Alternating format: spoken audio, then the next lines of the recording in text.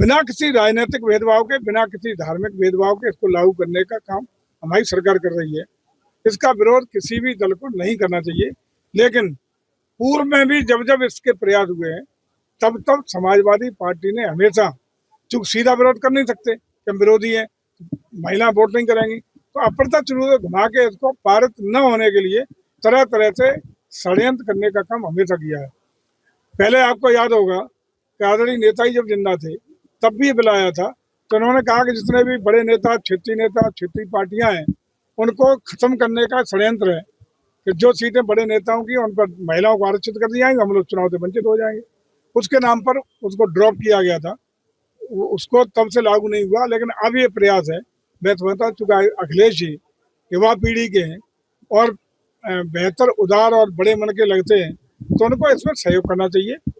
इस तरह की छोटी बातें करना कि धर्म के आधार पर मुसलमानों को मिलना चाहिए, अरे धर्म के आधार पर कभी भी संवैधानिक व्यवस्था नहीं आरक्षण की।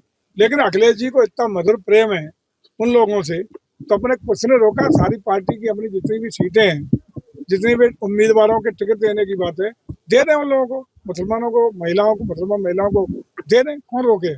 प्राय परंपरा रही थी भारत की, लोकतंत्र में चुनाव आते हैं जाते हैं, लेकिन राष्ट्र हित की जब बातें आती थी तो हमेशा पक्ष विपक्ष इकट्ठे रहते थे। कभी विदेश नीति की बात हो, राष्ट्रीय भावना की बात हो, राष्ट्र के सम्मान की बात हो, उसमें दोनों पक्ष विपक्ष मिलकर के निर्णय लेते थे, वो एक दूसरे सहयोग की भूमिका निभाते थे। लेकिन इस बार राहुल जी के नेता प्रतिपक्ष बनने के बाद जिस तरीके से संवेदनशील मुद्दों पर, विदेश नीति पर, राष्ट्रीय हितों को मुद्दों पर हमेशा आघात करने का काम, कंट्राडक्टरी बयान देने का काम और विदेश की धरती पर जाकर के भी भारत की बदनामी करने का काम लगातार कर रहे हैं, ये कोई नई बात नहीं है।